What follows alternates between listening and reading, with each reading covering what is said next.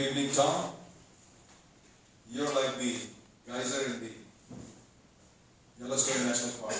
On time, just before the elections, we are ready with a debate. Thank you, folks, for sharing your evening with us, learning about our city, the issues, and what we can bring to the table. And Shafiq, thank you. What I bring to the table. Last 4 years have been the envy of our region. We prepared ourselves in many, many different ways. We had some of the best things being added to the city, like Collie Creek Park, or even the dog park. That's also the envy of our Atlanta. And it was the rated second best park in our country. The first one being an island. Then, that's not all. We also attracted great businesses. Boston Scientific, Nelly. Why did this happen?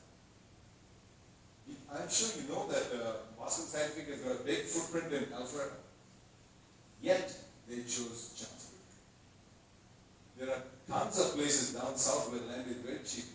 But Mark Toro put his $560 million project in Johns Creek. It all is because of people like us who form the nucleus and keep the city on track. That is the critical aspect of what I want to highlight today. How we are moving this city forward. Yes, it doesn't come easy. Every time our US Olympic athletes go to whichever city, they have to compete, they have to better themselves, they are always ahead of the game. Similarly, we too have to be ahead of the game. And also, you know, most of these athletes have got their own doctors now. Because they want to make sure what is good with them and what is bad. For a city, these elections are that time when we do our 4-year annual physical for the city. Therefore, I don't grudge this time. I actually welcome this time so that we can showcase what we've done for the city and what is good with the city and what could be better with the city. Exactly.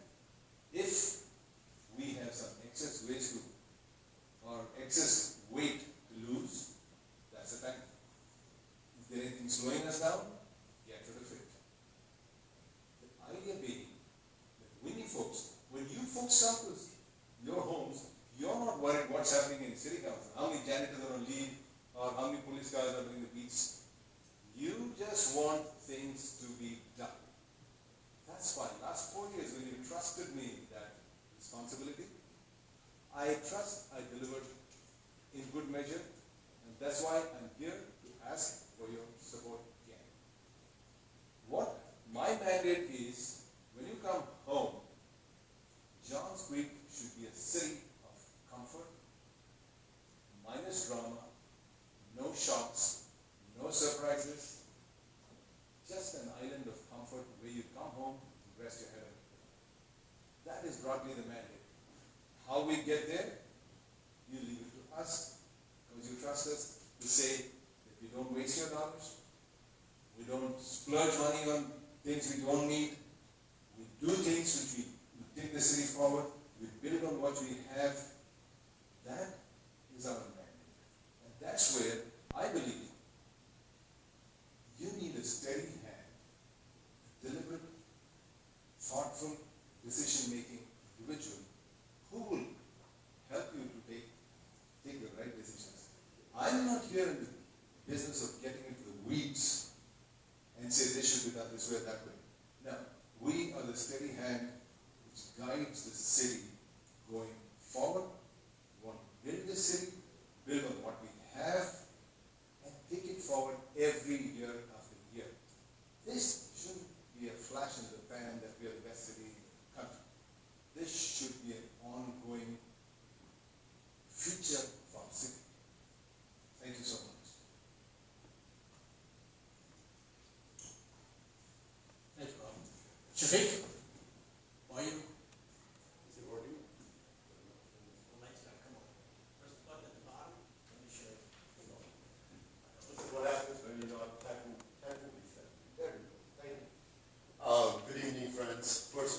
foremost, thank you very much for coming out this evening. Your time and your presence here tonight means a lot. To me, that means that you are caring individuals here to learn about not only about Bob and myself, but what are the aspirations that we can take our city forward.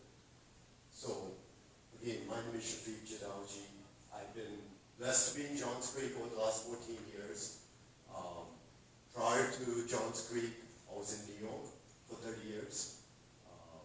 I was born in a wonderful country of Tanzania. Some call it Tanzania, East Africa. So when you think about Serengeti and the safari and all that, that's my homeland. But more importantly, I've been blessed to have two wonderful girls, a 28-year-old and a 21-year-old. They are my check in life, meaning if a dad wants to do something, how would my daughters feel if they found out, right? I've been blessed to be in Johns Creek. Over the last 10 years, I've been involved in a variety of activities. I've sat on boards, I've sat on committees, I've sat on the Johns Creek Public Safety Foundation, I've sat on the Johns Creek Arts Center Board, I've been chairperson for the Recreation and Parks Advisory Committee, I've been graduate of Leadership Johns Creek, I sit on the Johns Creek Symphony. All these activities have allowed me to get to know our city from a variety of angles. There have been people who have given me the opportunity to be in these roles, and I say thank you to them. And I hope that whatever I've done over the last 10 plus years has made them proud. But now, I'm here in front of you. Why?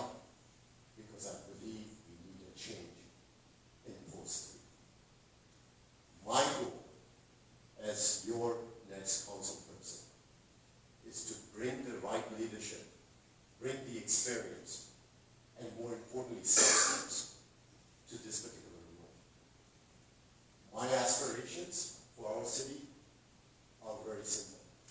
I want to create opportunities for our growing businesses and our nonprofits. I've been involved in nonprofits over the years, so I know the value that they provide.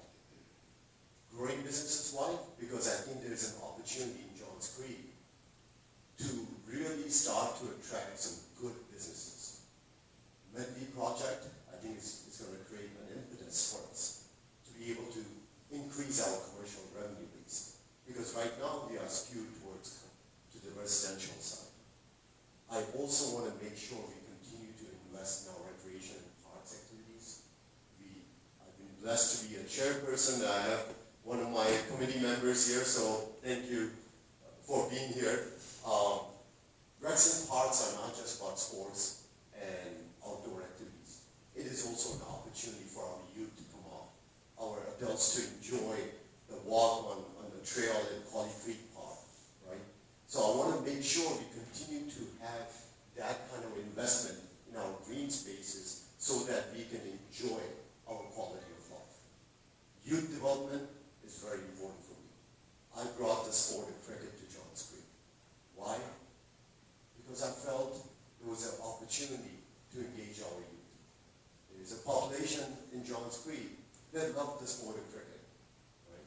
And I felt that this was an opportunity to introduce that sport. Yes, it took me some years, but at the end of the day, I am of a personality that if things need to be done, I'm ready to roll up my sleeves. Yes, 9 doors may knock, and I may knock and they close on me. That's okay. Because so long as I have the right purpose of doing things and the passion for getting results, then I think everything will fall in place. So today, you will have the opportunity to learn about Shafiq and my opponent Bob. I hope you walk away with a clear understanding why we need the change and who is the right person to fill that gap in post 3. So I look forward to having this engagement with you. Thank you. Thank you. Stay right there, Shafiq. You'll lead off with a question. First one is, we've regarding the Performing Arts Center referendum, will you abide by voters' choice regardless of your personal preference? Absolutely. That decision is for each of us to make individually. As a collective city, whatever the decision is made, people have spoken. All right? We need to respect what people have said in the process. So, at the end of the day, I have a vote. Every one of us in this room has a vote. We need to be very clear in our decision-making process as individuals. We need to be informed so that we can make the right decision. But whatever decision that we make as a city on November 4th, when that outcome comes, it is a responsibility of the leadership of Johns Creek to respect that decision, because that decision is made by the citizens.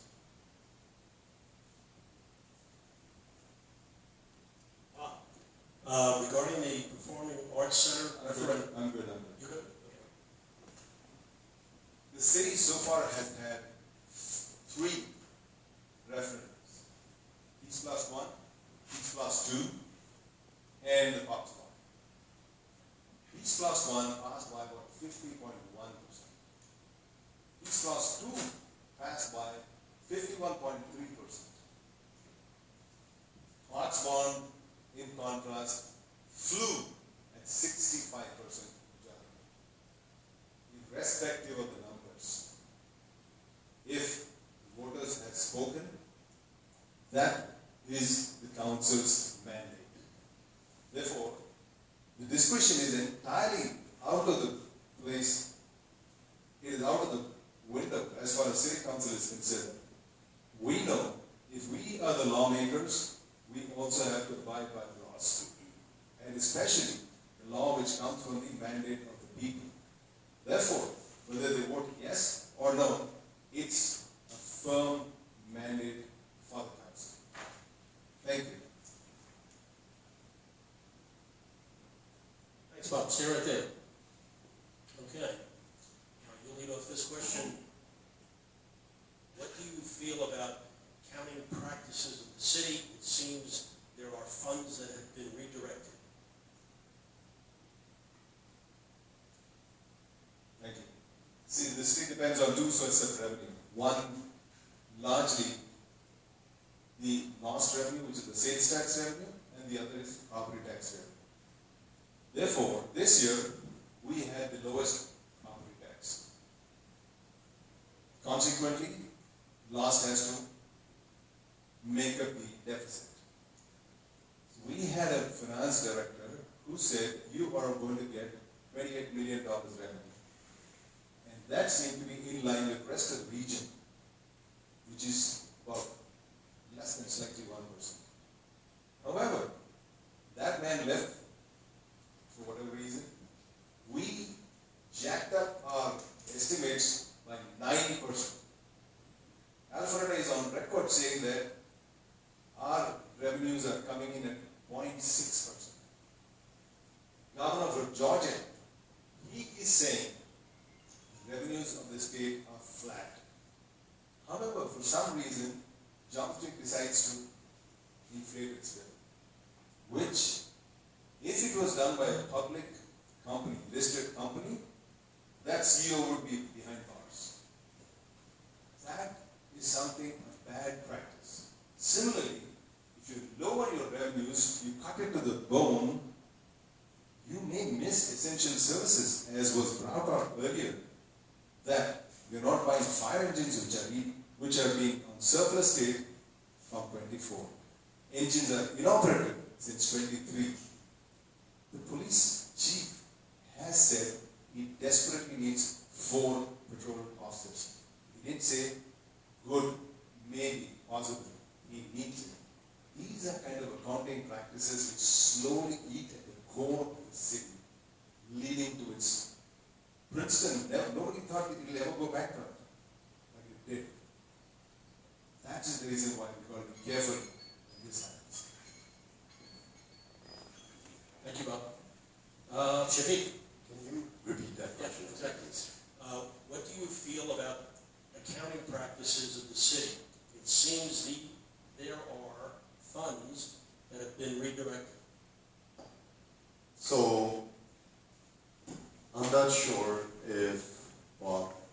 answer that question because obviously the misdirection of funds was more important to him. It is my understanding, because I do attend work session meetings, I attend the council meetings and all that, our revenue base has been growing every year. All right?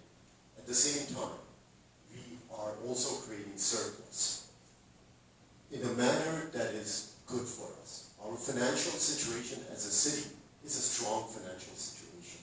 Right? The reason why we are the lowest taxing city out of the neighboring cities is because we can afford to do that. Because where does revenue come from?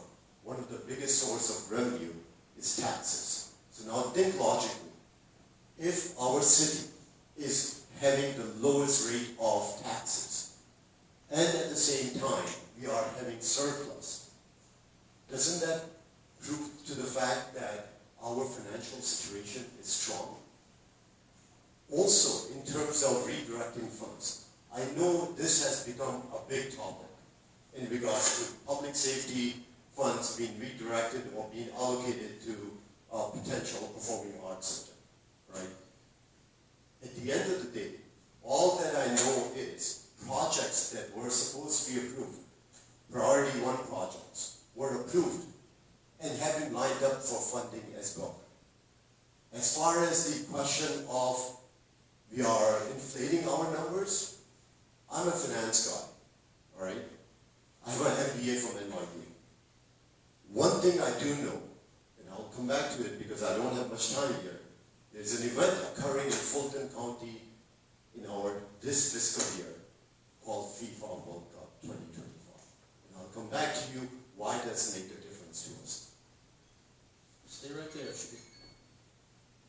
Okay. You'll leave off on this question. The manner and the tone of council meetings in the past few years give an impression of a divided and polarized council. How will you remain independent and unite the divided council? This is the problem right now in our council. I watched the Monday's work session. What was really surprising is the citizens of Johns Creek elect each person to represent them in the council. What I was hearing from my opponent, Bob, is V. Right? What has happened is there has been 2 groups formed in our council. And I understand we have differences. Sometimes it's good to have differences because that's when you can have constructive conversations. We need to speak for ourselves. We are an independent person, right?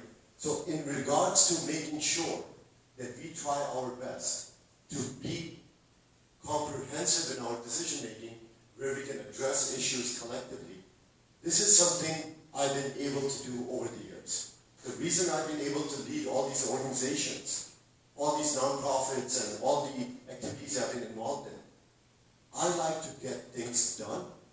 And if I have differences, I like to have constructive dialogue and figure it out. I think right now, we have gone so far apart that we have made this into a political circus to me, right?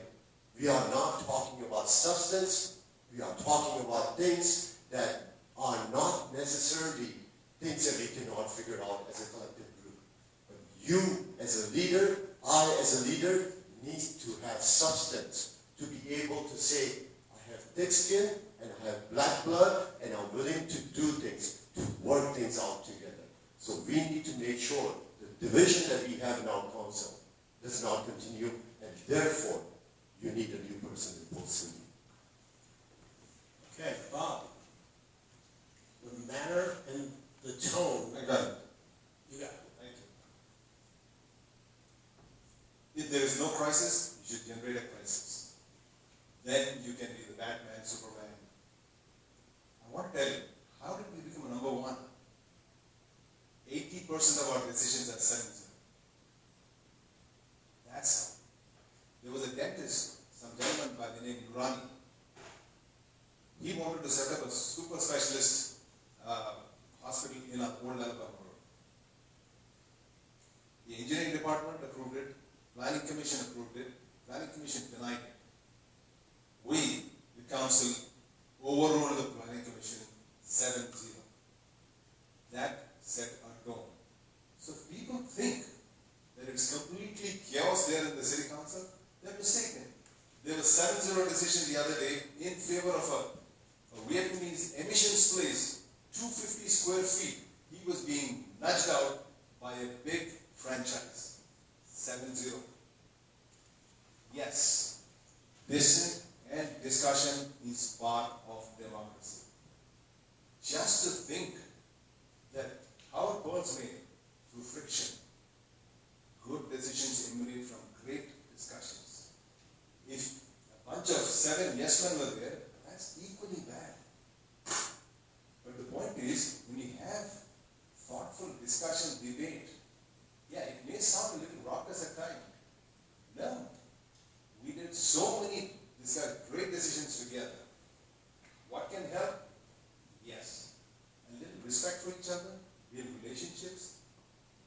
I'm sure next month, this time, both of us will be shaking hands and having a cup of coffee. Even though at this point he wants to say that. That's fine. But my point is, there is no crisis brewing which is going to shut down Johns Creek. Thank you. This is a question on governance. What changes to the city's governing documents would you support in order to codify increased transparency during the budget process? Describe what transparency in the budget process means to you. One of the things which, should I be having the fortune of being re-elected, is increasing the level of transparency in government. I want you to be able to read your stormwater bill. I want you to be able to read your property tax bill correctly, without the need for reminders, without the need for levying interest because you didn't pay correctly. That is the failure of communications. What I want to do is, can you just tell the last sentence which I'm missing? Describe. Okay, you wanted to change your concept. Describe what transparency in the budget process means to you. Yeah. So the budget process at this point, the way it works is, ours is a weak mayor system, where the mayor and the council just provide direction, oversight, accountability. Nothing more. The CEO of the city is the city manager. All execution happens through her or him. At this point, we do not have any visibility to carry out our function of oversight, a thorough oversight. Let's talk about previous question. Help me understand this now. If that outlet starts smoking, will you wait for the fire warning to go off, or the fire engines to come here and say, please file out, there's a chance of fire? When you know that it was a serious mishap or a serious lapse, it's time for us to act.